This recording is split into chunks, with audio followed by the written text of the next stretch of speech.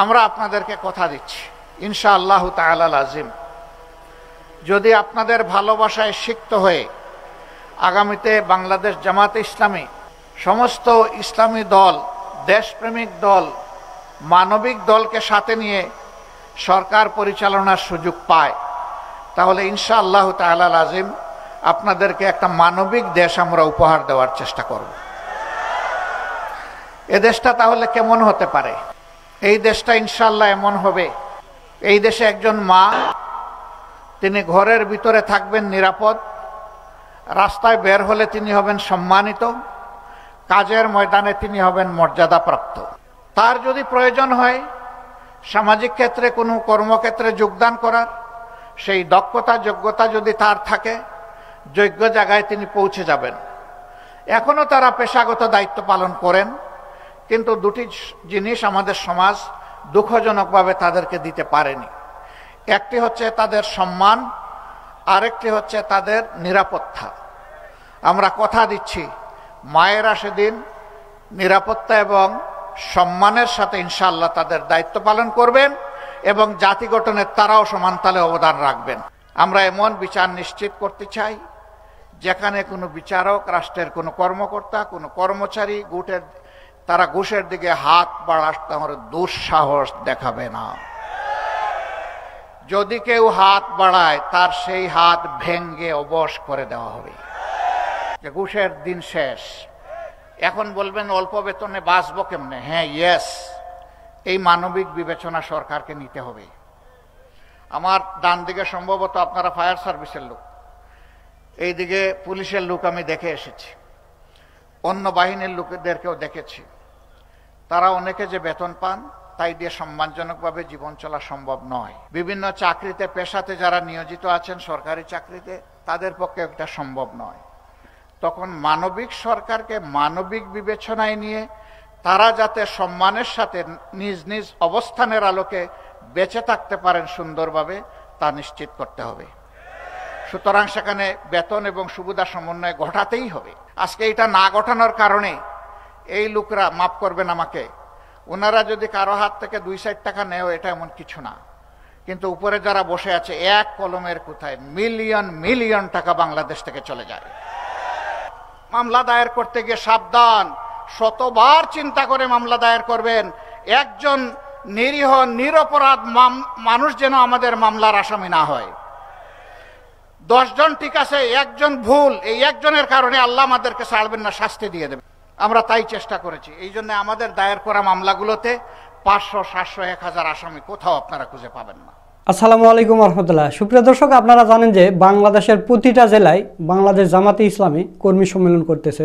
সেখানে হাজার হাজার লক্ষ লক্ষ মানুষের ঢল হচ্ছে। তো জামাতে ইসলামী বাংলাদেশের সবগুলো জেলাতেই কর্মী সম্মেলন করবে এবং হয়তো কোনো জেলাতে যেতে উপজেলা কাছে পড়তেছে সেখানে পথসভা করতেছে। তো গতকাল আমরা দেখলাম যে মাগুরা জেলায় বিশাল কর্মী সম্মেলন হয়েছে। সেখানে আমিরে জামাত ডাক্তার শফিকুর রহমান অসাধারণ কিছু কথা বলেছেন। তিনি বলেন, জামাতে ইসলামকে সমর্থন দিন, স্বপ্নের মানবিক দেশ গড়ব ইনশাআল্লাহ। আপনাদের সাথে নিয়ে স্বপ্নের মানবিক দেশ গড়ব। তো দর্শক, আমরা নিউজটা সামান্য একটু আপনাদের পড়ে শোনাবো, এরপর আমিরে জামাত ডাক্তার শফিকুর রহমানের পুরো ভিডিওটা আপনাদের দেখাবো। তো আমরা নিউজটা একটু দেখি। বাংলাদেশ জামাতে ইসলামের আমির ডাক্তার শফিকুর রহমান মাগুরাবাসী সমর্থন চেয়ে বলেছেন, আমাদের সমর্থন দিন, আমরা আপনাদের হাতে হাত রেখে কাঁধে কাঁধ মিলিয়ে স্বপ্নের মানবিক দেশ গড়ব। তিনি অঙ্গীকার করে বলেন, জুলাই বিপ্লবের শহীদদের আত্মা এবং আহতদের কথা দিচ্ছি, ক্ষমতায় গেলে নিজেরা চাঁদাবাজি করব না, কাউকে চাঁদাবাজি করতেও দিব না, নিজেরা দখলবাজি করব না, কাউকে দখলবাজি করতেও দিব না, আপনাদের সাথে নিয়ে স্বপ্নের বাংলাদেশ গড়ব ইনশাল্লাহ। তো দর্শক, আর বেশি দেরি নয়, চলুন আমরা আমিরে জামাত ডাক্তার শফিকুর রহমানের সেই মূল্যবান ভিডিওটা দেখে আসি। মানুষের মুখে একটা অদেখা তালা ঝুলিয়ে দেওয়া হয়েছিল। কেউ যখন সরকারের ভালো কাজের প্রশংসা করত, সরকার খুব পুলকিত হতো। আবার কেউ যখন মন্দ কাজের সমালোচনা করত, আস্তে করে তাকে জেলে ঢুকিয়ে দিত। এরকম একটি ভয়ের সংস্কৃতি বিগত সরকার বাংলাদেশে চালু করেছিল। এরকম দেশ এবং সমাজ কখনো সভ্য শাসকের দেশ হতে পারে না। জনগণ সভ্য থাকলেও আমাদের শাসকরা সভ্য ছিলেন না। এই জন্য তারা জনগণকে সম্মান করতে পারেননি, ভালোবাসতে পারেননি, জনগণকে দেওয়া কথা তারা রক্ষা করতে পারেননি। আজকে শুনি আওয়ামী লীগের একজন নেতা বলেছেন এখন চালের দাম এত কেন। তারা 2009 সালে ক্ষমতায় আসার আগে বলেছিলেন আমাদেরকে ভোট দিলে 10 টাকা কেজি মূল্যে চাল উপহার দেব। তারা কি তাদের পুরা সময় 15 বছর 15.5 বছর 10 টাকা কেজিতে মানুষকে চাল দিতে পেরেছিল? পারে নাই। আমি জাস্ট একটা উদাহরণ দিলাম। এইভাবে জাতিকে দেওয়া একটা ওয়াদাও তারা সত্যিকার অর্থে বাস্তবায়ন করেনি, কারণ তারা ক্ষমতায় আসেননি জাতিকে ভালো কিছু দেওয়ার জন্য, বরঞ্চ তারা ক্ষমতায় এসেছিলেন তাদের নিজেদের ভাগ্য পরিবর্তন করার জন্য। আপনাদের এখানেও তাদের অনেক নেতা ছিলেন, আপনারা তাদেরকে দেখেছেন তারা মানুষের সাথে কেমন আচরণ করেছেন। তারা এমপি হওয়ার আগে, নেতা হওয়ার আগে, মন্ত্রী হওয়ার আগে, তারা সচিব হওয়ার আগে কেমন ছিলেন, তাদের সহায় সম্পত্তি কেমন ছিল, আর 15 বছরে খেয়ে দেখ তারা কেমন মোটা তাজা হয়েছিলেন তা আপনারা দেখেছেন। এটি শুধু মাগুরায় নয়, এ চিত্র ছিল সারা বাংলাদেশে। তারা বলতেন, কেউ কেউ বলতেন যে এই দেশ থেকে আমার পাওয়ার কিছু নেই, আমার সব কিছু আমি হারিয়েছি, এখন এই দেশকে শুধু দেওয়ার পালা। হ্যাঁ, তারা দিয়েছেন, ছুপ ছুপ রক্ত আর খাড়ি খাড়ি লাশ উপহার দিয়েছে। এমন কোন জনপদ বাংলাদেশে নেই যেখানে তারা নির্দয়ভাবে হত্যাকাণ্ড সংগঠিত করেননি। এমনকি ক্ষমতার শেষ দিন পর্যন্ত তারা এই কাজটি করে শেষ পর্যন্ত দেশ থেকে তারা পালিয়ে গেছে। দেশ যদি আপনারই হয়ে থাকে, দেশকে, মাটিকে, মানুষকে যদি ভালোবেসে থাকেন, তাহলে পালাবেন কেন? শাসক স্বৈরাচারও হতে পারে, আবার শাসকও হতে পারে। আমি একবার দারুস সালাম ব্রুনাই গিয়েছিলাম, মাত্র 2.5 লক্ষ মানুষের দেশ, খনিজ সম্পদ তাদেরকে দান করেছেন। এমন কোন মূল্যবান খনিজ সম্পদ নেই যেটা ব্রুনাই দেশে পাওয়া যায় না। দেশটিতে 10 ঘন্টার জন্য আমি একটা সুযোগ পেয়ে ঢুকেছিলাম এই দেশটি দেখার জন্য। আমার গাইড, তিনিও বাংলাদেশের একজন বিশেষজ্ঞ চিকিৎসক ছিলেন, সেখানে সরকারি হাসপাতালে চাকরি করতেন, বাড়ি তার সিরাজগঞ্জ। তিনি ঘুরে ঘুরে বিভিন্ন জায়গা দেখালেন, এর মাঝে রাজার রাজপ্রাসাদটিও দেখালেন। আমি দেখলাম রাজপ্রাসাদের সামনে পাশে কোথাও কোনো পুলিশ অথবা কোনো নিরাপত্তা রক্ষী আমার চোখে পড়ল না। আমি ভালো করে খুঁটে খুঁটে দেখলাম, কোনো সিসি ক্যামেরাও দেখলাম না। আমি আমার গাইডকে জিজ্ঞেস করলাম, এটা কি রাজার পরিত্যক্ত বাড়ি নাকি বর্তমান বাসস্থান? তিনি বললেন না, এখানেই তো তিনি বসবাস করেন। আমি বললাম যে এই দেশের রাজার কোনো নিরাপত্তার প্রয়োজন হয় না? ওই তিনি তার নিরাপত্তা আল্লাহর হাতে ছেড়ে দিয়েছেন। আমি বললাম যে কেন, তার দেশে তার কোনো দুশ্মন নাই? বলে দুশ্মন থাকবে কেন, তিনি তার মানুষকে এতটাই ভালোবাসেন যে মানুষ তার জন্য পাগল। এই জন্য তিনি কোনো মানুষ নিরাপত্তার প্রয়োজন অনুভব করেন না। আমি বললাম সেই পাগলামির 2-1টা নিদর্শন আমাকে দেখাতে পারবেন? উনি বললেন যে হাঁটতে হাঁটতে আপনি নিজেই দেখে নেবেন। হঠাৎ করে একটা গাড়ি সামনের দিক থেকে আসতেছে, এই গাড়ির আগে পিছনে অন্য কোনো গাড়ি কিংবা মোটর বাইক নাই। বললেন যে ওই যে রাজা মহোদয় আসতেছে, আপনি আজকে একটা সালাম পেয়ে যাবেন। তিনি রাস্তা দিয়ে গাড়ি চালাচ্ছেন আর অনবরত তার দেশের জনগণকে সালাম দিয়ে দিয়ে তিনি যাচ্ছেন। নিজেই ড্রাইভার, একাই গাড়িতে বসে আছেন, তার কোনো দেহরক্ষী পর্যন্ত দেখলাম না গাড়িতে। এরপরে তিনি বললেন যে এত রাস্তা আপনি অতিক্রম করলেন, কোথাও কি কোনো ট্রেন নজরে পড়েছে? আমি বললাম না তো। বললেন যে অন্য কোনো বাস আপনি দেখলেন পাবলিক ট্রান্সপোর্ট হিসেবে? আমি বললাম না, তাও তো দেখিনি। বললেন যে কত মানুষকে আপনি রাস্তায় হাঁটতে দেখেছেন? আমি বললাম না, খুব একটা, এটাও তো নজরে পড়লো না। তিনি বললেন যে এদেশের প্রত্যেকটি শ্রমিকেরও ব্যক্তিগত একটা গাড়ি আছে। এমনকি বাংলাদেশ থেকে এখানে 53,000 শ্রমিক, তিনি তখন বলেছিলেন আজ থেকে 4 বছর আগে, 5 বছর আগে 19 সালে, যে 53,000 শ্রমিক বাংলাদেশেরও এখানে কাজ করে, তাদেরও প্রত্যেকের এখানে গাড়ি আছে, নিজস্ব গাড়ি। কারণ রাজা সবকিছু একাই লুটে পুটে খায় না, আল্লাহ যে সম্পদ দিয়েছেন দেশের মানুষকে তা ভাগ করে দেয়। সন্ধ্যার পরে তিনি একটি গ্রাম এলাকায় আমাকে নিয়ে গেলেন। এটা তাদের ওয়াটার ভিলেজ, পানির উপরে, সমুদ্রের উপরে এই গ্রামটি তারা গড়ে তুলেছে। সেখানে গিয়ে দেখলাম কলেজ আছে, মাদ্রাসা আছে, ভালো ভালো মসজিদ আছে, ক্লাব আছে, খেলার মাঠও আর্টিফিশিয়ালি তৈরি করা হয়েছে। সামাজিক সমস্ত উপকরণ মানুষের সুস্থ জীবন ধারণের জন্য হসপিটাল, সব কিছু আছে। আমি বললাম যে এরা স্থলভাগ থেকে ছেড়ে জলভাগে থাকে কেন? তিনি জবাব দিলেন যে এরা ব্যক্তিগতভাবে মৎস্যজীবী পেশার দিক থেকে পানির সাথে তাদের গভীর সম্পর্ক, পানি তারা ছাড়তে চায় না। রাজা বহুবার চেষ্টা করেছে স্থলভাগে নিয়ে যাওয়ার, তারা যাবে না। এই জন্য এখানেই তাদেরকে স্থলভাগ বানিয়ে দিয়েছে রাজা। এই সমস্ত সামাজিক উপাদানগুলো এখানে রাজা তাদেরকে দিয়ে দিয়েছে। এটি রাজতন্ত্রের দেশ, সেখানে ভোট নাই, জনগণ ভোট দেয় না, কিন্তু রাজা তার দেশের জনগণকে তার অন্তরে ধারণ করে। এই জন্য রাজার কোনো সিকিউরিটির প্রয়োজন হয় না, রাজা সিকিউরিটি তার আল্লাহর হাতে সঁপে দিয়েছে। আমি বললাম যে কিসের বলে এমন সুন্দর একটি দেশ সে গড়তে পারলো, এমন সুশাসক সুবিবেচনা প্রসূত একজন শাসক হতে পারলো? বললেন যে এই রাজা ব্যক্তিগতভাবে একজন আলেম এবং কোরআনের হাফেজ, তিনি কোরআনের আইনে এই দেশটা চালান। আমাকে নিয়ে গেল 7 তারকা হোটেলে, চোখ লেগে থাকে ওই হোটেলের দিকে তাকালে, কিন্তু মানুষের কোনো আনাগুনা লক্ষ্য করলাম না। জিজ্ঞাসা করলাম এমন কেন? একটি নয়নাভিরাম লেকের পাড়ে সুরম্য এই 7 তারকা হোটেল গড়ে তোলা হয়েছে। তিনি জবাব দিলেন এই দেশে আকাম কুকাম হয় না বলে অনেকে আসতে রাজি হয় না। প্রিয় ভাইরা, আমি আবার জিজ্ঞেস করলাম আপনি কি অনুমান করে বলতে পারবেন যে এই দেশে বছরে কয়টা মানুষ খুন হয়? তিনি বললেন একজনও না। এই দেশে মানুষ স্বাভাবিক মৃত্যুবরণ করে, কেউ কাউকে খুন করে না। আমি বললাম করে না কেন? মানুষ তো শুধু অর্থের জন্য মানুষকে খুন করে না, আরো তো বহু কারণে খুন করে। বলে যে এখানে শুধু রাজা না, প্রত্যেকটা মানুষকে ভালোবাসে। এখানে বিদেশিরা যারা কাজ করে তারা মনে করে এটা তাদের দেশ। বাংলাদেশি শ্রমিকদের কাছে 5-7 জনের কাছে উনি নিয়ে গেলেন, ওদেরকে জিজ্ঞেস করলাম ভাই তোমরা কেমন আছো? ওই দেশের চাইতে এখানে ভালো আছে। তো সে যদি যে দেশে কাজ করতে গিয়েছে সেই দেশটাকে নিজের দেশের চাইতে চমৎকার মনে করে, তাহলে ওই দেশকে ভালোবাসবে না কেন সে?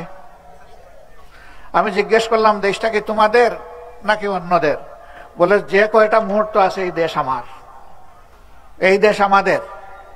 এই দেশ আমরা বলবো না যে ব্রুনাইবাসীর, আমরা এদেশের নাগরিক মনে করি নিজেদেরকে। কারণ নাগরিকরা যে সমস্ত সুবিধা পায় সমান সুবিধা আমরা পাই।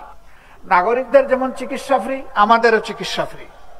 নাগরিকদের ছেলেমেয়েদের লেখাপড়ার খরচ ফ্রি, আমাদেরও যাদের পরিবার আছে ছেলেমেয়ের লেখাপড়ার খরচ এখানে আমাদেরকে যোগান দিতে হয় না। এমন একটা সুন্দর দেশ, ছোট্ট মানুষের দেশ, সব মিলাইয়া 5.5 লক্ষ মানুষ সেখানে বসবাস করে। 3 লক্ষ মানুষ বাইরে থেকে সেখানে গিয়েছে বিভিন্ন কাজ এবং পেশা নিয়ে, আর 2.5 লক্ষ মানুষ তাদের দেশের জনগণ, আবাল বৃদ্ধ বনিতা। এটি দুনিয়ার একটা চমৎকার মডেল। একমাত্র কারণ সেখানে কোরআন অনুযায়ী বিচারটা পরিচালনা হয়, আর সমাজে ন্যায় বিচার প্রতিষ্ঠিত আছে। এই জন্য সমস্ত মানুষ তার অধিকার সে সঠিকভাবে বুঝে পায়। অধিকারের জন্য কাউকে মিছিল করতে হয় না, আন্দোলন করতে হয় না, দাবি তুলতে হয় না। যেমন আমাদের দেশে আমরা প্রতিদিন এই দৃশ্য দেখি, তাদের দেশে এটার প্রয়োজন হয় না। এমন একটি বাংলাদেশ আপনারা চান কিনা? চান? বাংলাদেশ জামাত ইসলামী এই ধরনের একটি বাংলাদেশ গড়ার জন্যই লড়াই করছে। আমাদের ইতিহাস দীর্ঘ লড়াই এবং সংগ্রামের।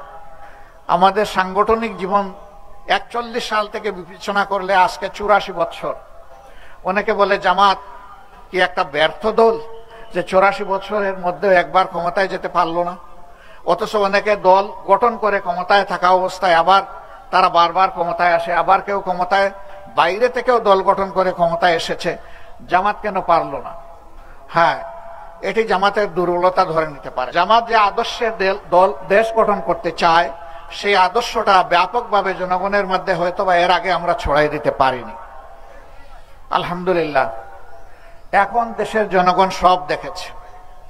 এই দেশ দফায় দফায় যারা শাসন করেছেন তাদের সকলকে দেখার সুযোগ জনগণের হয়েছে। এমনকি এক সময় আমাদেরও 2 জন শীর্ষ দায়িত্বশীল সরকারের মন্ত্রী ছিলেন, তাদেরকেও দেশের জনগণ দেখার সুযোগ পেয়েছে। আমরা অন্যদের ব্যাপারে কিছুই বলবো না, মহান আল্লাহ শুকরিয়া আদায় করে বলবো যে আমাদের তখনকার আমির এবং সেক্রেটারি জেনারেল 2 জন পর্যায়ক্রমে 3টা মন্ত্রণালয় তারা সেবা দিয়েছেন মন্ত্রী হিসাবে। আলহামদুলিল্লাহ, তাদের কোনো নিকৃষ্ট দুশ্মনও বলতে পারেনি যে তাদের মন্ত্রণালয়ে দুর্নীতি কিংবা স্বজনপ্রীতি ছিল। এর কারণ হচ্ছে জামাত ইসলামী কোরআনের আলোকে এই চরিত্রের লোকই গঠন করেছিল। তাদের এই মন্ত্রণালয় থেকে কোনো ধর্মের লোক একথা দাবি করতে পারবে না যে তারা মন্ত্রী থাকা অবস্থায় এই মন্ত্রণালয়ে আমাদের যে হক ছিল এটা আমাদেরকে দেওয়া হয়নি, বরঞ্চ রাষ্ট্রের যে সম্পদ তাদের হাতে তুলে দেওয়া হয়েছিল। তারা দেখেননি কে কোন ধর্মের মানুষ, এটাও দেখেননি কে কোন দলের মানুষ, তারা দেখেছেন এই মানুষটা বাংলাদেশেরই একজন। এই জন্য যার যেটা পাওনা হক তাদের হাতে তারা তুলে দিয়েছিলেন। আমরা আপনাদেরকে কথা দিচ্ছি ইনশাআল্লাহ তাআলা লাজিম, যদি আপনাদের ভালোবাসায় সিক্ত হয়ে আগামীতে বাংলাদেশ জামাতে ইসলামী সমস্ত ইসলামী দল, দেশপ্রেমিক দল, মানবিক দলকে সাথে নিয়ে সরকার পরিচালনার সুযোগ পায়, তাহলে ইনশাআল্লাহ তাআলা লাজিম আপনাদেরকে একটা মানবিক দেশ আমরা উপহার দেওয়ার চেষ্টা করব। এ দেশটা তাহলে কেমন হতে পারে? এই দেশটা ইনশাআল্লাহ এমন হবে, এই দেশে একজন মা, তিনি ঘরের ভিতরে থাকবেন নিরাপদ, রাস্তায় বের হলে তিনি হবেন সম্মানিত, কাজের ময়দানে তিনি হবেন মর্যাদাপ্রাপ্ত। তার যদি প্রয়োজন হয় সামাজিক ক্ষেত্রে কোনো কর্মক্ষেত্রে যোগদান করার, সেই দক্ষতা যোগ্যতা যদি তার থাকে, যোগ্য জায়গায় তিনি পৌঁছে যাবেন। এখনো তারা পেশাগত দায়িত্ব পালন করেন, কিন্তু দুটি জিনিস আমাদের সমাজ দুঃখজনকভাবে তাদেরকে দিতে পারেনি। একটি হচ্ছে তাদের সম্মান, আরেকটি হচ্ছে তাদের নিরাপত্তা। আমরা কথা দিচ্ছি মায়েরা সেদিন নিরাপত্তা এবং সম্মানের সাথে ইনশাআল্লাহ তাদের দায়িত্ব পালন করবেন এবং জাতি গঠনের তারাও সমান তালে অবদান রাখবেন। আমাদের মায়েরা রাসূল করিম সাল্লাল্লাহু আলাইহি সাল্লামের সাথে থেকে যুদ্ধ করেছেন। আমাদের মায়েরা মহান শিক্ষকের দায়িত্ব পালন করেছেন, যারা ছিলেন রাসূল করিম সাল্লাল্লাহু আলাইহি সাল্লামের সম্মানিতা স্ত্রী আমাদের মা। তারা ব্যবসা করেছেন, সমাজ পরিচালনায় তারা ভূমিকা রেখেছেন। রাসূল করিম সাল্লাল্লাহু আলাইহি সাল্লাম যতদিন জীবিত ছিলেন তাকে পরামর্শ দিয়েছেন। তিনি যখন দুনিয়া থেকে বিদায় নিয়েছেন, 4 খলিফাকে তারা পরামর্শ দিয়েছেন। অতএব রাষ্ট্রের সকল ক্ষেত্রে মায়েরা লেগেছিলেন। এখন বলবেন সেই যুদ্ধে কি শুধু মুসলমানরাই অংশগ্রহণ করতে পারবে? না, রাসূল করিম সাল্লাল্লাহু আলাইহি সাল্লামের সাথে যুদ্ধে সেই দেশে বসবাসকারী অন্য ধর্মের লোকেরাও সমান তালে থেকে দেশের শত্রুর বিরুদ্ধে লড়াই করেছে। সুতরাং এইখানে দল নয়, ধর্ম নয়, দেশ আমাদের সবার। এই নীতির ভিত্তিতে যার যেটা অধিকার তার হাতে সেটা তুলে দেওয়া হবে ইনশাআল্লাহ। অনেকে বলে যে মায়েদেরকে আমরা কোণঠাসা করে ঘরের ভিতরে রাখবো, মোটেই না। রাসূল করিম সাল্লাল্লাহু আলাইহি সাল্লাম সকল কর্মক্ষেত্রে মর্যাদার সাথে, নিরাপত্তার সাথে তাদেরকে যেমন কাজের সুযোগ তৈরি করে দিয়েছিলেন, আমরাও তাদের প্রতি চরম সম্মান রেখে আমরাও সেইভাবে সুযোগ দেব ইনশাআল্লাহ। আজকে দেশের শিক্ষা ব্যবস্থা বিধ্বস্ত। মানুষ আগে গ্রাম এলাকায় দেখতাম একজন লোক এন্ট্রান্স, ম্যাট্রিকুলেশন, এসএসসি পাশ করার পরে তার বাড়িতে দৌড়েই আসতো তাকে দোয়া দেওয়ার জন্য, একটু দেখার জন্য যে আমার এলাকার একটা ছেলে এই লেভেলে পাশ করেছে। আরো উপরে উঠলে মানুষের শ্রদ্ধা ভালোবাসা আরো বেড়ে যেত। আর এখন শিক্ষিত মানুষ দেখলে, নিরীহ মানুষ আয়াতুল কুরসি পড়ে বুকে ফু দেয়। হ্যাঁ, সবাই না, শিক্ষিত মানুষের মধ্যে অনেক ভালো মানুষ আছে, কিন্তু বেশিরভাগ এই সমাজের অবস্থা তাই। যার কলমের জোর যত বেশি, তিনি জনগণের সম্পদ তত বেশি চুরি করেন। তাদের মধ্যে যারা সৎ, দক্ষ, তাদেরকে এই সমাজ কোণঠাসা করে রাখে। বেটা নিজেও খাবি না, আমারেও খাওয়াবি না, তোর কোনো দরকার নেই। পেট ভরে তুইও খা, আমারেও দে। কিভাবে আনলে আমি তা জানবো না, তোর কাছ থেকে জানতে চাইবো না। এটাকে হারাম না হালাল এটা আমার জানার কোনো দরকার নাই। আমার আরো চাই, আরো চাই। এই সব নিয়ে শেষ পর্যন্ত আমি পালাই। অবশ্য আমার আগে টাকা পালাইয়া যায়। এরকম লোক বাংলাদেশে আছে না? বাস করে বাংলাদেশে, চাকরি করে বাংলাদেশে, নেতৃত্ব দেয় বাংলাদেশে, টাকা জমায় বিদেশে।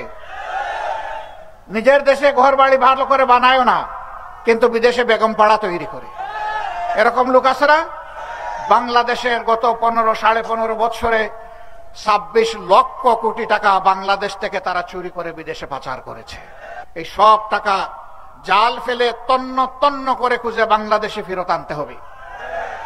এবং এটা জনগণের হক। এরা জনগণের হক মেরে এই টাকা চুরি করে বিদেশে পাঠিয়েছিল। এটা সমন্বিতভাবে জনগণের কল্যাণে উন্নয়নে সেটা ব্যয় করতে হবে। আমাদের দেশে আরেকটা অসভ্য সংস্কৃতি আছে, এটি হলো নেতা যত বড় তার এলাকায় উন্নয়ন হবে তত বেশি। শুধু কি তার এলাকার জনগণের ট্যাক্সের টাকায় উন্নয়ন হয়? সারা বাংলাদেশের জনগণের টাকায় হয়। এমনকি ভিক্ষুকের ট্যাক্সের টাকাও এখানে। যারা কষ্ট করে ভিক্ষা করে, রাস্তায় রাস্তায় ঘুরে অথবা ফুটপাতে বসে থাকে, হাত পাতে মানুষের কাছে দুয়ারে দুয়ারে যায়, মা বাবা আমাকে একটা কিছু দেন, এইটুকু হাতে নিয়ে সন্ধ্যাবেলা যখন সে নিজের পেটের যোগান দেওয়ার জন্য দোকানে ঢুকে, তখন সেই লোকটাকেও কিন্তু জিনিস কিনতে গিয়ে ভ্যাট দিতে হয়, ভ্যালু এডেড ট্যাক্স। কিনার সাথে সাথে ট্যাক্স পরিশোধ। ট্যাক্সটাই বাংলাদেশের বর্তমান আয়ের মেইন উৎস, রেভিনিউর মেইন উৎস হচ্ছে এই ট্যাক্স। এখানে কোনটা আমার ভিক্ষুক ভাই কিংবা বোনের ট্যাক্স, আর কোনটা বড় লোকের ট্যাক্স, কোনটা ব্যবসায়িক ট্যাক্স, কোনটা একজন বড় সার্ভিস হোল্ডারের ট্যাক্স, এইটা আলাদা করে রাখা হয় না। রাষ্ট্রের ট্রেজারিতে সমস্ত টাকা একই জায়গায় থাকে। যারা আমরা শিক্ষা নিয়েছি বিভিন্ন বিদ্যাপীঠ থেকে, তাদের মনে রাখতে হবে আল্লাহর দেওয়া মেধা আর আমার বাবার টাকায় শুধু আমি মানুষ হয়ে যাইনি। আমি যে প্রাইমারি স্কুলে পড়েছি, এই প্রাইমারি স্কুলের প্রতিটি ইট, প্রতিটি বালুর কোনা, পানির ফুটা, সিমেন্টের গুঁড়ো, রড, মিস্ত্রির হাত, যা ওখানে লেগেছে সব কিছুর সাথে 18 কোটি মানুষের সম্পর্ক আছে। সুতরাং আমি শিক্ষিত ব্যক্তিটি 18 কোটি মানুষের কাছে দায়বদ্ধ, কারণ তাদের টাকায় আজকে আমি মানুষ হয়েছি। এই অনুভূতি যে শিক্ষা তার ছাত্রকে দিতে পারবে না, এই ছাত্র ভবিষ্যতে মানুষ হতে পারবে না, বরঞ্চ সে শিক্ষিত হয়ে বড় ডাকাত হবে। আমরা এই শিক্ষাকে বদলে দিতে চাই। এমন শিক্ষা হবে যে শিক্ষায় মানুষ মানুষকে সম্মান করবে এবং প্রত্যেকটি মানুষ এটা মনে করবে যে আজ আমি শিক্ষিত হওয়ার পিছনে, জাতির সেবক হওয়ার পিছনে, আমার এই পেশা নির্বাচনের পিছনে এ জাতির প্রত্যেকটা মানুষের অবদান রয়েছে। সুতরাং আমার কর্মক্ষেত্রে যার যেখানে যতটুকু পাওনা, আমাকে আল্লাহকে ভয় করে তার পাওনা তার হাতে তুলে দিতে হবে। এমন শিক্ষা আমরা চাই যে শিক্ষার পাঠ চুকিয়ে বিশ্ববিদ্যালয়, কলেজ থেকে, মাদ্রাসা থেকে বের হওয়ার পরে হন্যে হয়ে সোনার হরিণ একটা চাকরির জন্য এ ঘরে ও ঘরে, এ জনে ও জনে তাদেরকে আর ঘোরাফেরা করতে হবে না।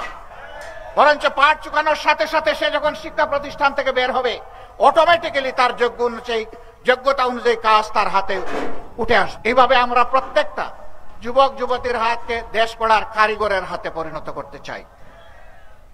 আমরা এমন একটি দেশ চাই যেখানে কথা বলার ন্যায্য স্বাধীনতা থাকবে। আমি শব্দটা ব্যবহার করছি, ন্যায্য স্বাধীনতা। আমরা সীমাহীন অন্যায্য স্বাধীনতায় বিশ্বাসী নই, যেই স্বাধীনতা অপরের চরিত্র হনন করে, মিথ্যা গুজব ছড়ায়, একজনের বিরুদ্ধে হিংসা ছড়ায়, আমরা ওই কথা বলার অধিকার দিতেও চাই না, কাউকে দেখতেও চাই। বরঞ্চ যে কথাটি হবে ন্যায্য কথা, তার নিজের অধিকার হোক অথবা জনগণের অধিকার হোক, এই অধিকারের পক্ষে কথা বলার জন্য তার মুখে কোনো অদেখা তালা ঝুলবে না। আদম সন্তানের মুখ এবং বুক দুটোই খোলা থাকবে। বুকে যা চিন্তা করবে মুখে তা সে বলতে পারবে। আমার সামনে সাংবাদিক বন্ধুরা আছেন, 15.5 বছর এটা তারা পারেন। তারা নিজেরা সাক্ষী, দেশের 18 কোটি জনগণ সাক্ষী। তাদের হাতে ছিল এক ধরনের অদেখা হ্যান্ডকাপ, আর তাদের মুখে ছিল এক ধরনের অদেখা থালা। অনেক সময় স্ক্রিপ্ট লিখে দিয়ে বলা হয়েছে এই নিউজ হুবহু এইভাবে প্রকাশ করুন। তার প্রমাণ হচ্ছে বিরোধী দল, বিশেষ করে জামাতে ইসলামীর চরিত্র হনন করার জন্য, দুর্নাম করার জন্য 60টা পত্রিকায় একদিন সামনে নিয়ে বসলাম। সবাই লিখেছে তার স্টাফ রিপোর্টারের রিপোর্ট। যদি সে কোনো নিউজ এজেন্সির কথা বলতো, ইউএনবির মতো, আমি বুঝতাম যে হ্যাঁ এটা এজেন্সির দেওয়া নিউজটা তারা ছাপিয়েছেন। লেখা স্টাফ রিপোর্টার, আবার কারো কারো নামও সেখানে ছিল, অমুক রিপোর্টার। কিন্তু রিপোর্টগুলা হুবহু দাড়ি কমা সহ একই ধরনের। এটা কিভাবে হয়? মানুষের উপর আল্লাহ তাআলার পক্ষ থেকে যদি ওহী না আসে, তাহলে হুবহু এইরকম তো এক হওয়ার কথা না। আর এই যুগে তো আর ওহী নাজিল হবে না, কারণ আল্লাহ রসুল তো আর দুনিয়ায় আসবেন না। আল্লাহ তাআলা তো কোরআনের শেষ আয়াত, যেটা সূরা মায়েদার 3য় আয়াত, আল-ইয়াওমা আকমালতু লাকুম দীনাকুম ওয়া আতমামতু আলাইকুম নি'মাতি ওয়া রাদিতু লাকুমুল ইসলামা দীনা, এটা বলে পরিষ্কার জানিয়ে দিয়েছেন আজকের দিনের পরে আর কোনো ওহী নাজিল হবে না। রাসূল করিম সাল্লাল্লাহু আলাইহি সাল্লাম যখন বিদায় হজ্জে ছিলেন তখন এই আয়াত নাজিল হয়েছিল। এরপরে আর কোনো আয়াত নাজিল হয় নাই। এর মাধ্যমে আল্লাহ তাআলা মানব জাতির জন্য সমস্ত কল্যাণ কালামে হাকিমে দিয়ে রেখেছেন। সুতরাং নতুন করে আর কিছু পাঠাবার প্রয়োজন নেই। তাহলে এই রিপোর্টগুলো মিলে গেল কেমনে? কারণ তাদেরকে বাধ্য করা হয়েছে রিপোর্ট সরবরাহ করে। তারা হয়তো তখন জানারও সাহস করেননি যে এই রিপোর্ট কে তৈরি করছে, কার নামে আমরা লিখব। এমন ভীতির অবস্থা, সংস্কৃতি এই সমাজে চালু করা হয়েছিল। আমরা এমন একটি দেশ চাই, সাংবাদিক বন্ধুরা যা কালো দেখবে নির্ভয়ে বলবে তুমি কালো, আর যাকে ভালো দেখবে নির্ভয়ে বলবে তুমি সাদা। এই সাদাকে সাদা বলার এবং কালোকে কালো বলার এই বাক স্বাধীনতা আমরা নিশ্চিত করতে চাই। সম্মানিত বন্ধুরা, বিচারের অঙ্গনে আজকে বিচার কাঁদে, মানুষ বিচার পায় না, ঘুষের রমরমা বাণিজ্য হয়, বিচারপতিরা ঘুষ খায়। বলবেন তার কোনো প্রমাণ আপনার কাছে আছে? হাজার প্রমাণ আছে। সর্বশেষ প্রমাণ হচ্ছে বিচারপতি শামসুদ্দিন চৌধুরী মানিক। তিনি বাংলাদেশ থেকে ভারতে পালাতে লেগেছিলেন, সিলেটের বর্ডারে জালে তিনি ধরা খেয়েছিলেন। তার যখন হুঁশ ফিরে এসেছে, জনগণ জিজ্ঞেস করেছিল আপনি এইভাবে একা একা পালাচ্ছেন, সাথে কোনো ব্যাগ বাটরাও নাই। উনি বলে যে ছিল তো আপনার কোনো ব্যাগ তো দেখছি না। তাইলে যারা আমাকে নিয়ে এসেছিল তারা বোধহয় নিয়ে পালিয়ে গেছে, আমি পালাতে পারলাম না, তারা চলে গেল। লোকজন জিজ্ঞেস করলো ব্যাগের ভিতরে কি ছিল? কাপড় চোপড়? কিছু ছিল, আর ৭৬ লক্ষ টাকা ছিল। আপনি ৭৬ লক্ষ টাকা পেলেন কোথায়? নিশ্চয়ই আপনি গোলাবাজি দলবাজি করতে গিয়ে এই টাকা অন্যায়ভাবে আপনার পকেটে ঢুকেছে। নিশ্চয়ই আপনি যখন বিচার করেছেন তখন সেই টাকা এখানে এসেছে, কারণ আপনার অ্যাকাউন্টে আপনি যখন অবসরে গিয়েছেন তখন অবসরের যত সুযোগ সুবিধা পেয়েছেন আমরা ইতিমধ্যে চেক করেছি, সেটা আপনার অ্যাকাউন্টে জমা আছে। তাইলে বখরা টাকাটা আসলো করতে? যখন আপনি ছিলেন তখন বৈধ টাকাও নিয়েছেন, আবার অবৈধ টাকাও নিয়েছেন। আমরা এমন বিচার নিশ্চিত করতে চাই যেখানে কোনো বিচারক, রাষ্ট্রের কোনো কর্মকর্তা, কোনো কর্মচারী তারা ঘুষের দিকে হাত বাড়াতে আমার দুঃসাহস দেখাবে না। যদি কেউ হাত বাড়ায় তার সেই হাত ভেঙ্গে অবশ করে দেওয়া হবে। ঘুষের দিন শেষ। এখন বলবেন অল্প বেতনে বাঁচবো কেমনে? হ্যাঁ, ইয়েস, এই মানবিক বিবেচনা সরকারকে নিতে হবে। আমার ডান দিকে সম্ভবত আপনারা ফায়ার সার্ভিসের লোক, এইদিকে পুলিশের লোক আমি দেখে এসেছি, অন্য বাহিনীর লোকদেরকেও দেখেছি। তারা অনেকে যে বেতন পান তাই দিয়ে সম্মানজনকভাবে জীবন চলা সম্ভব নয়। বিভিন্ন চাকরিতে পেশাতে যারা নিয়োজিত আছেন সরকারি চাকরিতে, তাদের পক্ষে এটা সম্ভব নয়। তখন মানবিক সরকারকে মানবিক বিবেচনায় নিয়ে তারা যাতে সম্মানের সাথে নিজ নিজ অবস্থানের আলোকে বেঁচে থাকতে পারেন সুন্দরভাবে, তা নিশ্চিত করতে হবে।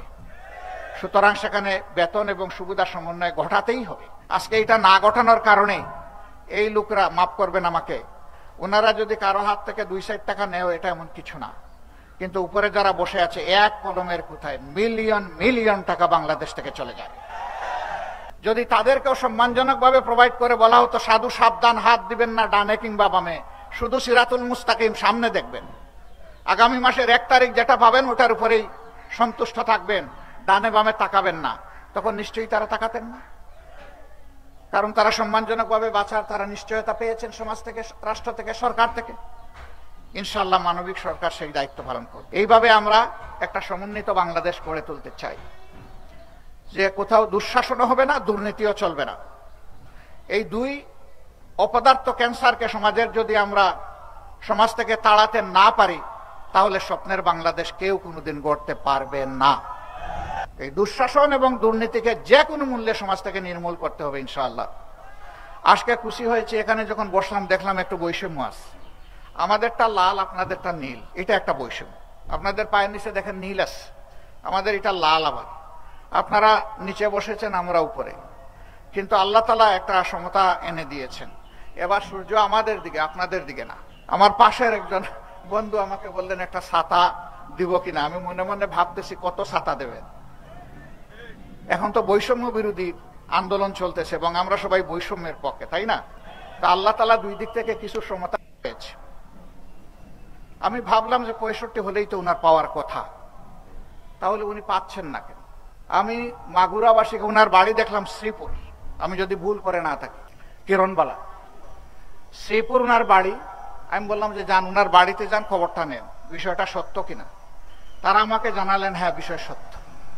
আমি বললাম উনার ঘর দুয়ার কেমন দেখেছেন? বললেন যে বিধ্বস্ত, বিপুল সংখ্যক মানুষের ঘর, তারা সম্মানের সাথে বসবাস করার মতো এটা উপযোগী নয়। আমি বললাম যে এই গ্রামে সবচেয়ে উন্নত মানের যে ঘর আছে সেই সমপরিমাণ মানের একটা ঘর, আপনার ঘর যখন সম্পন্ন হবে ঘরের কাজ তখন আমি দেখতে আসব এবং তাদের দোয়া নিতে আসবো। অ্যাকর্ডিংলি আমি আসলাম। আসার পরে কিরণবালা একটা সাদা ধবধবা শাড়ি পরে আসলেন, তার সাথে প্রায় সমবয়স্ক আরেকজন আসলেন। আমি প্রথমে ভেবেছি দুইজন বোধহয় আপন বোন, ছোট বোন বড় বোন হবে। তারা পাশাপাশি বসেছেন। আমি জিজ্ঞেস করলাম যে আপনাদের কার কি পরিচয়? কিরণবালা তখন বললেন যে আমি কিরণবালা আর এ আমার মেয়ে। মানে মেয়ের বয়সটাও এমন যে তিনি অত্যন্ত বয়স্ক হয়ে গিয়েছে। সম্ভবত তারা বলেছিলেন মেয়ের বয়স 94 বছর, তাও 100-র কাছাকাছি। তাদের হাতে ঘরের চাবি তুলে দেওয়ার পরে জিজ্ঞেস করলাম যে আপনাদের পেশা কি দিয়ে আপনাদের সংসার চলে? তো তার একজন নাতনি জামাই ছিল, উনিও তাদের সাথে থাকতেন। তো নাতনি জামাইয়ের ছেলে, সে একটা কাজ করে আর নাতনি জামাই একটা কাজ করে। ছেলে একটা চাকরি করে, আমি বললাম ওকে, তার চাকরি চলুক। আর নাতনি জামাই একটা পেশায় দিয়ে যেটা, আমি বললাম যে এই পেশাটাকে আরো শক্তিশালী করতে হলে কি করা লাগবে। তারা একটা পরামর্শ দিলেন। আমরা ওখানে বসেই একটা সিদ্ধান্ত নিলাম এবং তাদের হাতে তুলে দিলাম। আমি সেদিন দেখি নাই উনি কোন ধর্মের, আমি দেখেছি তিনি আমার একজন মায়ের মতো। আমিও একজন মায়ের পেট থেকে দুনিয়া এসেছি, তিনিও কতিপয় সন্তান সন্ততির জন্ম দিয়েছেন। সুতরাং মায়ের জাতকে সম্মান করা এটা ছিল আমার দায়িত্ব। এইটা নিয়ে পত্রপত্রিকায় কোনো প্রচারণা চালাইনি, কারণ এই কাজটা বাহবা পাওয়ার জন্য করিনি। এই কাজটা মনের নৈতিক অনুভূতি বা মানবিক দায়বদ্ধতার দিক থেকে আমরা করতে বাধ্য হয়েছিলাম। আমরা সরকারে ছিলাম না, বরঞ্চ সরকারে কারা ছিল জানেন তো? আমাদেরকে হাইকোর্ট সুপ্রিম কোর্ট কিছুই দেখানো বাকি রাখে নাই, তারা সরকারে ছিল। আমরা বলি নাই যে এটা সরকার করুক, এই দাবিও তুলি নাই। সরকার দেখে নাই, সরকারের চোখে স্টিলের চশমা ছিল, আমাদের চোখে কোনো চশমা নাই, খালি চোখে আল্লাহ আমাদেরকে দেখার যে সুযোগ দিয়েছেন, এই জন্য আলহামদুলিল্লাহ, সেই শুক্রেই আমরা আদায় করেছি। আপনারা আরো শুনেছেন যে একবার কক্সবাজারে একটা বৌদ্ধ উপাসনায় যাওয়ার সময় 8 জন মানুষ একই পরিবারের, তারা দুর্ঘটনায় নিহত হন। আমরা কক্সবাজারের সংগঠনকে বললাম চলে যান, এই আমাদের সামর্থ্য, তাদের হাতে পৌঁছে দেন আর তাদেরকে বলেন যে আমরা আছি তাদের সাথে। তারা যেন আমাদেরকে তাদের পরিবারের সদস্য মনে করে। বেঁচে আছেন মাত্র একজন, সবাই মারা গেছে এক পরিবারের। ওনাকে বললাম যে এখন আপনি আমাদের পরিবারের সদস্য। আমরা দেখি নাই তিনি কোন ধর্মের, কারণ জামাতে ইসলামী সকল ধর্মকে সম্মান করে। ধর্ম বাছাই করার অধিকার প্রত্যেকটি নাগরিকের একক অধিকার, ধর্ম চাপিয়ে দেওয়ার অধিকার কারো নেই। সম্মানিত ভাইয়েরা, এবারকার এই পরিবর্তনের পরে আপনারা লক্ষ্য করেছেন সকল ধর্মের উপাসনালয় আমরা আমাদের ভলান্টিয়ারদেরকে বলে দিয়েছি, যান পাহারা দেন, মানুষের জীবন, সম্পদ এবং ইজ্জত, এই তিনটার পাহারাদারি করুন। একেবারে অনবরত মুষলধারে বৃষ্টি পড়ছে, আবার মাঝে মাঝে রোদ উঠছে। ওই বৃষ্টিতে ভিজে যাকে যেখানে বসা হয়েছিল সে এক চুল সেখান থেকে নড়ে নেই। বলা হয়েছে যার যত সময় সেখানে দায়িত্ব পালনের কথা তিনি তত সময় সেখানে স্টিলের মতো দাঁড়িয়ে থাকবেন। শুধু ব্যতিক্রম খাওয়া এবং নামাজ, এই দুইটার জন্য আপনারা সুযোগ পাবেন, বাকিটা আপনাদেরকে দাঁড়িয়ে পাহারা দিতে হবে। আলহামদুলিল্লাহ বড় কোনো দুর্ঘটনা ঘটে নাই। তবে রাজনৈতিকভাবে যারা অতিরিক্ত দলবাজ ছিলেন, মানুষকে বিভিন্নভাবে কষ্ট দিয়েছেন, মানুষ তাদের অনেকের উপর থেকে কিছু প্রতিশোধ নিয়েছে। আমরা নেইনি, আমাদের সংগঠন নেইনি, আমাদের সহকর্মীরা নেইনি, সাধারণ মানুষ নিয়েছে। তারা যেহেতু মানুষকে কষ্ট দিয়েছে, এই প্রতিশোধ নেওয়ার সময় তারা দেখে নাই কে কোন ধর্মের, দেখেছে যে তিনি একজন জালেম ছিলেন। ওইটা ধর্ম বিবেচনা করে কাউকে আঘাত করে নাই। তারপরে আমরা এটাকেও সমর্থন করি না। কেন করি না? আমরা বিশ্বাস করি আইন যদি মানুষ হাতে তুলে নেয় প্রত্যেকে, এই রাষ্ট্রে কোনো শৃঙ্খলা থাকবে না। আমরা শৃঙ্খলার পক্ষে। আমরা বলেছিলাম যে আমরা নিজেরা কোনো প্রতিশোধ নেব না, তবে আমাদের উপর যে জুলুম করা হয়েছে, খুন গুম যা করা হয়েছে, লুণ্ঠন করা হয়েছে, আমরা এগুলার প্রতিকার চাইব, কিন্তু সেটা আইনের মাধ্যমে চাইব। সারা দেশে আমরা আমাদের সহকর্মীদেরকে নির্দেশ দিয়েছিলাম, মামলা দায়ের করতে গিয়ে সাবধান, শতবার চিন্তা করে মামলা দায়ের করবেন। একজন নিরীহ নিরপরাধ মানুষ যেন আমাদের মামলার আসামি না হয়। 10 জন ঠিক আছে, একজন ভুল, এই একজনের কারণে আল্লাহ আমাদেরকে ছাড়বেন না, শাস্তি দিয়ে দেবেন। আমরা তাই চেষ্টা করেছি। এই জন্য আমাদের দায়ের করা মামলাগুলোতে 500, 700, 1000 আসামি কোথাও আপনারা খুঁজে পাবেন না। সুনির্দিষ্ট আসামি, যে যেখানে অপরাধ করেছে তার নাম, এর বাইরে নাই। তিনি যেই হন না কেন তার নাম বাদ দেওয়া হয়নি, কারো মুখের দিকে তাকানো হয়নি। আবার বাণিজ্যেরও কোনো ইচ্ছা আমাদের ছিল না। যারা বিভিন্নভাবে আমাদেরকে অর্থনৈতিকভাবে শোষণ করেছে, লুণ্ঠন করেছে, এখন তাদেরকে কাবুতে ফেলে এখান থেকে কিছু উদ্ধার করি, এটা আমাদের উদ্দেশ্য। কারণ আল্লাহ রিজেকের মালিক, আমার রিজেক কেউ কেড়ে নিতে পারে নাই, পারবেও না। যারা নিয়েছে তারা চোর, হয় আমি দুনিয়ায় পাবো, না হয় আখিরাতে আমি আমার সম্পদ ফেরত পাবো ইনশাআল্লাহ। আমার সম্মানিত ভাইরা, সেই স্বপ্নের মানবিক বাংলাদেশটা আমরা গড়তে চাই। আপনারা কি এই দেশ গড়ার কাজে আরেকবার শপথ নিতে পারবেন? বুঝে শুনে বলেন, পারবেন? তাহলে লড়াই কিন্তু শেষ হয়নি, লড়াই কিন্তু শেষ হয়নি, লড়াই সামনে অনেক রয়ে গেছে। আমাদের সন্তানেরা যে স্লোগান দিয়েছে, আমরা একই স্লোগান দেব, আবু সাইদ মুক্ত, শেষ হয়নি যুদ্ধ। সবাই বলুন, আবু সাইদ মুক্ত। আলহামদুলিল্লাহ, সেই যুদ্ধের সৈনিক হব আমরা ইনশাআল্লাহ। জন্য, প্রিয় দেশের জন্য, নিজের জন্য। এই কারণে দেশ যদি ভালো থাকে আমিও ভালো থাকবো, দেশ যদি ভালো থাকে না আমিও ভালো থাকবো না। আল্লাহ তাআলা আপনাদের এই অঙ্গীকারকে কবুল করুন। আপনারা মাগুরার প্রত্যেকটি ঘরে ঘরে আমাদের সালাম পৌঁছে দেবেন। অন্য ধর্মের যারা আছেন তাদের কাছে আদাব এবং শ্রদ্ধা পৌঁছে দেবেন। এখানে বিভিন্ন ধর্মের ভাইরা এসেছেন, মন খুলে তারা কথা বলেছেন। আমি তাদেরকে মোবারকবাদ জানাই এবং কৃতজ্ঞতা জানাই। তারা আমাদের দাওয়াত কবুল করে এখানে এসেছেন। আমরা হাতে হাত ধরে, কাঁধে কাঁধ রেখে আগামীতে বৈষম্যহীন সমাজ গড়ব ইনশাআল্লাহ। আমরা তাদেরকে কথা দিচ্ছি, যেমন সম্মানটি আজকে আপনারা আমাদেরকে দেখালেন, আগামী দিনে তেমন সম্মান অথবা তার চাইতে ভালো সম্মান যেন আপনাদেরকে দেখাতে পারি। আল্লাহ যেন আমাদেরকে তৌফিক দান করেন। সবাইকে ধন্যবাদ। আসসালামু আলাইকুম ওয়া রাহমাতুল্লাহ। আল্লাহ হাফেজ। বাংলাদেশ জিন্দাবাদ, বাংলাদেশ জামাতে ইসলামী জিন্দাবাদ।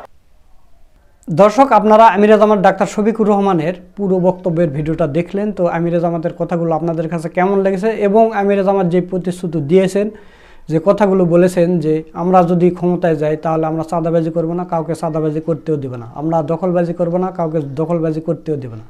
এই কথা কি আপনাদের বিশ্বাস হয়? যদি হয় অবশ্যই সেটা কমেন্ট করে জানিয়ে দিবেন। আজকের ভিডিও এ পর্যন্ত। ভিডিওটা যদি ভালো লাগে লাইক করবেন, বেশি বেশি করে শেয়ার করবেন, যাতে করে আমিরে জামাতের এই বক্তব্যটা বাংলাদেশের আনাচে কানাচে পৌঁছে যায়, সবাই বুঝতে পারে এবং জামাতে ইসলামীকে ভোট দেয়। সকলকে ধন্যবাদ। আসসালামু আলাইকুম ওয়া রাহমাতুল্লাহ।